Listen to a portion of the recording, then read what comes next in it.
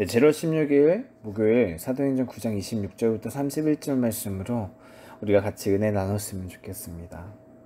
네, 신학교를 다니다 보니까요, 서로 다른 교회에서 신앙생활하는 다양한 친구들을 만납니다. 사실 신학교 오기 전까지는 내가 다녔던 교회만 알았거든요. 그냥 내가 섬기는 교회만 알았어요. 근데 여기 신학교에 오면서 정말로 다양한 교회 이야기를 듣고 다양한 신앙생활에 대한 어떤 그런 이야기들을 들었습니다. 근데 그 서로 다른 교회 가운데서도 그래, 교회가 이렇지 하면 서로 통하는 부분도 있고 공감되는 부분도 있더라고요. 그러다 보니까 가볍게 정말 한두 마디 정도 하려고 시작했는데 막 새벽 한두 시까지 이야기하는 경우가 있습니다. 종종 이렇게 이야기가 막 심화되면은 막 별의별 얘기가 나옵니다. 뭐 좋은 이야기도 나오지만 주로 혼자서 막 마음고생한 이야기, 아무한테도 하지 못한 이야기, 그런 아픔과 고민에 대해서 서로 막 이야기하다 막 눈물도 흘리고 막 그렇습니다. 그러다 보면 또 마음이 너무 찡하니까 같이 기도해 주기도 하고, 야 치킨 먹자 하면서 치킨 시켜서 먹기도 하고. 근데 그러다가 한 친구가 이런 질문을 한 적이 있습니다. 야, 근데 이거 진작에 너네 교회 사람들한테 이야기했으면은 너무나 쉽게 해결됐을 것 같은데 아니 왜 아직도 이야기하지 못하고 혼자 마음고생했냐고. 그때 그 울면서 자기의 고민을 토로했던 그 친구가 이렇게 얘기했어요. 같은 교회잖아. 고작 6글자밖에 안 되는 단어거든요. 같은 교회잖아. 근데 그 6글자 때문에 가슴이 찡했습니다. 같은 교회잖아. 같은 교회이기 때문에 오히려 이야기할 수 없는 그런 상황이 있다는 거예요.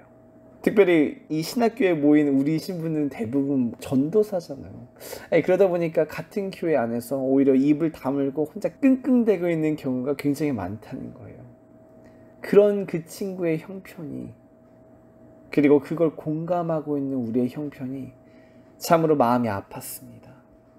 근데 이런 이야기들이요, 사실 생각보다 정말 많이 있습니다. 비단 신학교의 신학생들만, 어떤 그런 전도사들만 가지고 있는 문제가 아닙니다. 교회에서 일어난 일인데, 교회 사람들과 갈등이 있는 건데 오히려 교회 안에서는 아무 말도 하지 못합니다. 혹은 정말 내 삶 가운데 정말 심각하고 어렵고 위급한 문제, 정말로 날 힘들게 하는 그 괴로운 문제들이 있더라도 교회 안에서는 섣불리 얘기하지도 못한다는 거예요. 기도 제목 이야기하자고 하면은 정말 좋은 것들로만 포장해서 그냥 괜찮은 걸로만 이야기하는 경우가 너무나 빈번하다는 것입니다. 정말 내 삶에 진정으로 필요하고 정말 내 삶에 정말로 어려운 문제에 대해서는 이야기하지 못하는, 오히려 교회 안 다니는 세상 사람들한테 전화해서 하소연하는 그런 모습이 실제로 있다는 것입니다. 이상하지 않으세요? 예수님 하면서 우리는 한 몸이라고 하잖아요, 이 교회가. 근데 왜 이런 모습들이 나타날까요? 왜 이런 모습들이 나타나면서 서로 입을 다물고 눈치를 보고 있는 걸까요? 여러 가지 이유가 있겠지만 정말로 본질적인 그 원인은 뭐냐면요, 서로가 서로를 믿지 못하는 겁니다. 진짜 나의 연약함과 진짜 나의 그 죄인됨, 어떤 진정으로 나의 어떤 괴로운 부분들을 이야기했을 때 이 사람들이 정말로 날 이해해 줄까? 이 사람들이 정말로 날 위해 울어줄까? 오히려 내가 이런 이야기 했을 때 이 사람들이 날 손가락질하고 비난하면 어떡하지? 이런 생각들이 있다는 것입니다. 예수님은 이 이야기를 들어주셔도 교회 사람들은 안 들어줄 거야. 이런 마음이 있다는 거예요. 그래서 숨깁니다. 은폐해요. 말하지 않습니다. 그리고 끙끙 앓아가요. 그렇게 끙끙 앓던 문제가 어느 날 수면 위에 올라오면 교회에 분열이 생깁니다. 커다란 분열이 생겨요.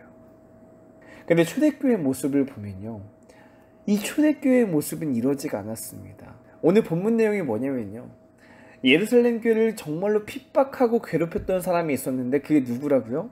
사울이죠. 근데 이 사울이 지난 다메섹에 있을 때 하나님을 만나고 회심을 하게 됩니다. 그리고 그 회심을 하고 난 뒤에 드디어 예루살렘 교회로 돌아오는 장면이 오늘 본문이에요. 갈라디아서에 써있는 그 기록을 보면은 다메섹에서 회심하고 난 다음에 3년 뒤에 돌아왔대요. 예루살렘으로. 3년 전 그 예루살렘 교회를 핍박하고 박해했던 그 사람이 예루살렘 교회로 오는 것이 오늘 본문의 이야기라는 거예요. 근데 이 사울이 이 예루살렘 교회에 오자마자 어떤 걸 하는지 아세요? 26절, 제자들을 사귀고자 합니다. 제자들을 갑자기 사귀고자 해요. 3년 만에 와가지고.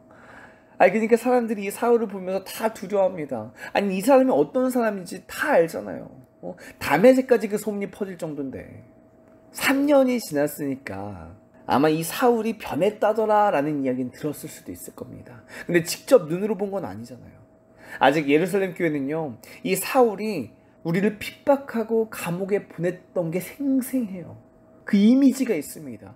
이 사울 때문에 교회가 뿔뿔이 흩어지고 디아스포라 온 전역에 퍼져가지고 도망갔던 그 사건이 이 사울 때문에 있었단 말이에요.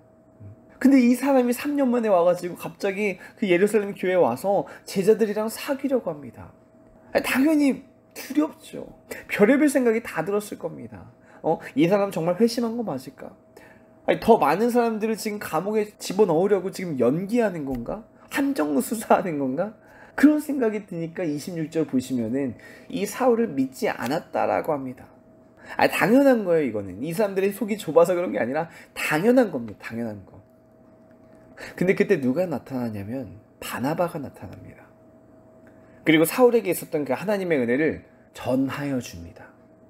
바나바도 직접 그 현장에 있었던 건 아니죠. 근데 그 바나바가요, 사울의 간증을 믿어주기 시작합니다.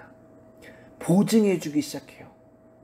그래서 28절, 사울이 제자들과 함께 있어 예루살렘에 출입하며, 제자들과 함께 있기 시작합니다. 예루살렘에 같이 출입하기 시작해요. 이게 성경에서 말하는 교회입니다. 사울이 지금 회심했다는 어떤 물증이 있는 게 아니잖아요. 그런데 예수님의 이름으로 말을 하고 그 은혜를 이야기하니까 믿어주는 사람이 있었다는 겁니다. 그리고 한 사람이 믿기 시작하니까 예루살렘에 있는 그 온 교회가 함께 믿어주기 시작했다는 것입니다. 그리고 단순히 믿어준 걸로 끝나지 않아요. 사울이요, 지금 예루살렘에 들어와가지고 이제 다시금 그 사역을 시작하는데, 그 사역이 어떤 사역이었냐면은 옛날에 스데반이 했었던 사역을 하는 거예요. 스데반이 그 헬라파 유대인들에게 막 변증하고 막 하나님을 전했거든요. 근데 오늘 본문에서도 보면 사울이 와가지고 그 스데반이 순교하기 전에 했었던 그 사역을 감당하기 시작하는 것입니다. 근데 이 헬라파 유대인들 입장에서 한번 볼게요. 이 유대인들 입장에서는 이 사울이요, 완전 배신자입니다. 3년 전에는 우리가 스데반 그 핍박할 때 우리랑 같이 막 초대교회를 무너뜨리고 했던 그 사람이 갑자기 3년 만에 와가지고는 예수 이름을 이야기하는 것입니다. 그 이름을 막 변증하기 시작하는 거예요. 너무나 이게 어이가 없는 건 배신자죠, 배신자. 그러니까 오늘 본문에 뭐라고 써있냐면은 이 사울을 죽이려고 힘을 썼다라고 써있습니다. 죽이려고 힘을 써요. 근데 이 사실을 누가 먼저 아냐면요, 형제들이 압니다. 이 형제들이 누구예요? 교회 지체들이죠. 아까 말했던 그 제자들이요.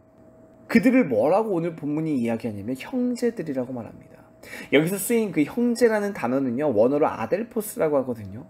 여기서 그 앞에 있는 아는요, 연합하다라는 뜻을 가지고 있고요. 그 뒤에 있는 델포스는요, 자궁이라는 뜻을 가집니다. 이걸 합해서 말하면 한 자궁 안에서 연합한 자, 한 태에서 나온 자, 이걸 형제라고 하는 것입니다. 갈라디아서 보면 이때 사울이 예루살렘에 머물렀던 기간이 15일이거든요. 그 15일 짧은 시간 동안에 처음에는 믿지 못하고 의심했던 그 사울을 예수님 안에서 뭘로 대하기 시작하는 거예요? 한 태에서 나온 자, 형제로 대하기 시작했다는 것입니다. 그러니까 누군가 사울을 죽이려는 그 사실을 알게 됐을 때 그 사울을 지금 피난시켜 주는 거예요. 죽지 않게 도와줍니다. 누가 그 일을 했다고요? 형제들이 했대요. 형제들.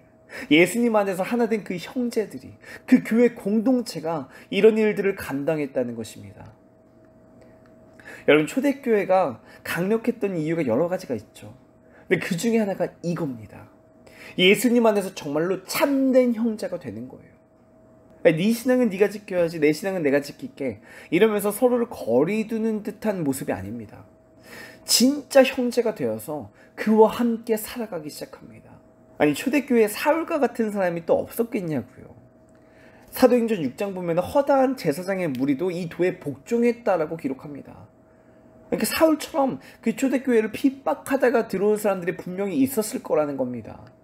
근데 그런 사람들이 교회 가운데 들어올 때 쟤는 지금 무슨 낯짝으로 여기 오는 거야 하면서 핍박하고 박해한 것이 아니라, 배척한 것이 아니라 진짜 형제가 되었다는 거예요. 진짜 형제가.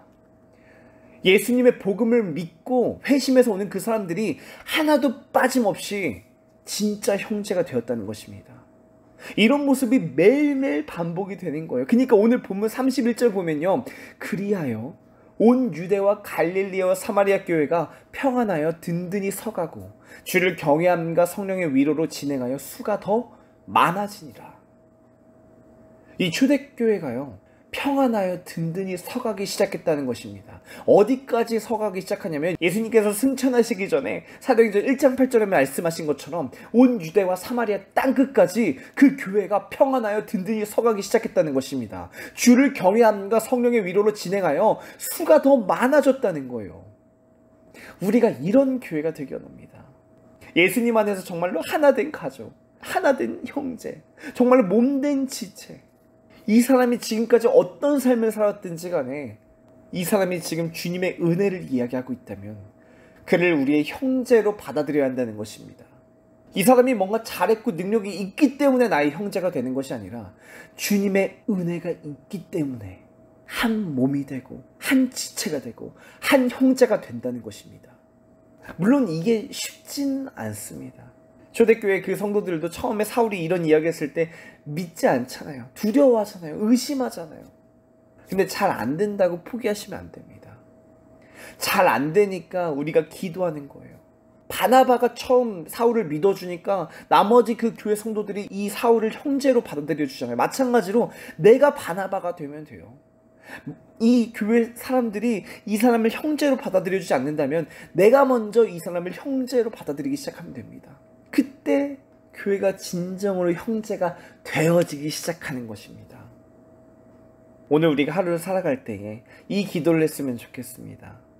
주님, 우리 교회 가운데 나도 모르게 정죄하고 판단하고 미워하는 사람이 있습니다. 정말 차라리 이런 사람은 교회에 안 나오는 게 낫겠다라고 생각했던 사람이 있습니다. 주님, 이런 나를 불쌍히 여겨주시고 내가 그 사람을 예수 안에서 하나된 형제로 생각하기 원합니다. 예수님 안에서 정말 참된 형제 되기 원합니다. 이렇게 기도하시기 바랍니다. 근데 우리의 삶 가운데에 정말로 초대교회와 같은 참된 교회를 누리는 그 축복이 임할 것을 믿습니다.